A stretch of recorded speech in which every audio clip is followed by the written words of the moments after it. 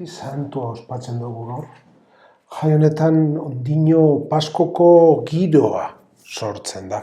Eta ondino datorren astera arte Paskoko zuriebe egongo da geugaz liturgian. Baina, lehenengorako gainatik ja ikusten dugu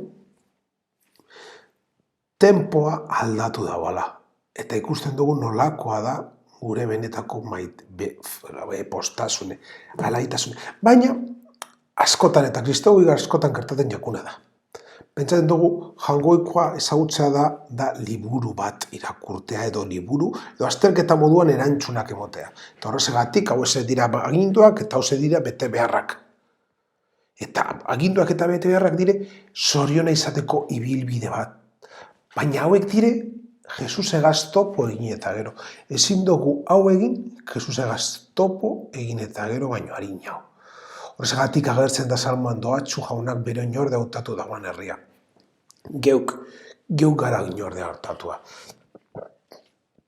Eta bigarren irakurrain esaten dau, gu Jaungoikoaren enda hautatua gariela. Jaungoikoaren seme alaba garienok, Espiritu Santuaren bidez, han agertzen da.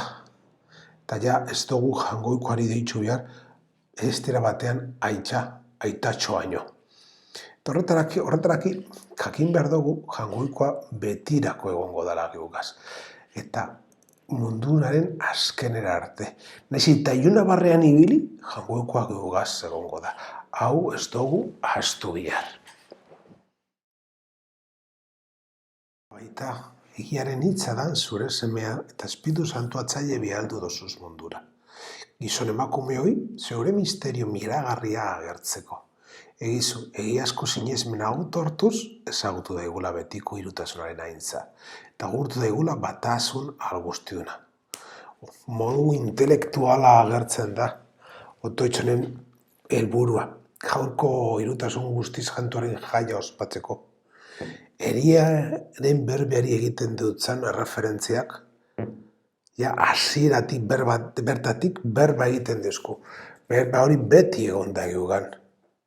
Eta liturgi urtien zehar, era berezi batean agertzen da bai gabonaldiko momentuetan, eta bai paskoaldikoan. Santifikazio espirituaren presentziara baz jarraitzen dau. Da, hola, aste bete baino gitxiago ospatu gendun jaia. Horrela, otoitzak gaur egun irutasunaren ospatzera. Jai honetan kokatzen duzku. Inbokazio bat egiten dugu Jaungoiko aitari. Eta bi alduak direz bi.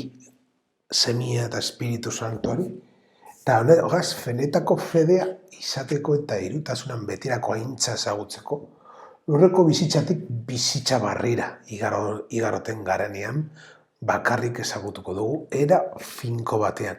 Baina, geuri orain dagokigune da, saiatzea agertzea, saiatzea aztertzea. Aztertu behar dugu zergatik egin dugun gauza hau. Jainko gure jauna, zure zen santuari de egiten dut zago. Egizuz, santu, zeure almenaz aurkezten dutzugu sandoai honek, eta horren bidez bihurtu gaizuz guztiok zeuretzat betiko pariatze egin garri. Jaungoikoari de eginez aurkeztu dugu sandoaiak, berak emon duzkusanak, santuak izan daiztezela eskatzen dugu. Guretatz inoiz baino gehiago ez baitira izango ogietar daua. Jesucristo gure jaunaren gorputza eta dola bizik. Hainbestetan kristifikau izan gaitezan eskatzen dugunez, eskararrak badau be zure zerenean, komunioa jasoten dugun bakoitzean, gure kristifikazioa aurrera doa. Eta sakramentuen grazia hartzen dugunean, baita be, baina gure eskuetan dago hori benetan gerta daiten. Bide emotea. Jainkoa gure laguntza behar dau, gure bizitzak eskaintza irakor hori izan daitezan. Zu aita zeure seme bakarrarekin eta Espiritu Santurekin jainko bakarra zara, jaun bakarra. Eta ez pertsona bakarra, ez badase izate baten hiru pertsona. Eta zeuk irakatzirik zeure aintza sinisten duguna bera ezeren alderik gabe, autortzen dugu. Bai zure semeaz bai Espiritu Santuaz. Horrelan, egiazko eta betiko jainko autotzen zaitugula. Hiru pertsona gurtzen dugu zaldi berean.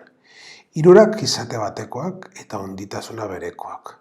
nahiko zaharra da testo, San Leon Magnoren garaitik itortzen da. Hemen, irutasunaren hirugarren pertsona errelebazioa bere osotasunean agertzen da. Jaungoikoaren misterioa bere osotasuna erogateko. Prefazio honetan argi eta garbi agertu nahi dau, nola hiru pertsonen jatorri desberdina danez, maitasun harreman perfektua agertzen dela.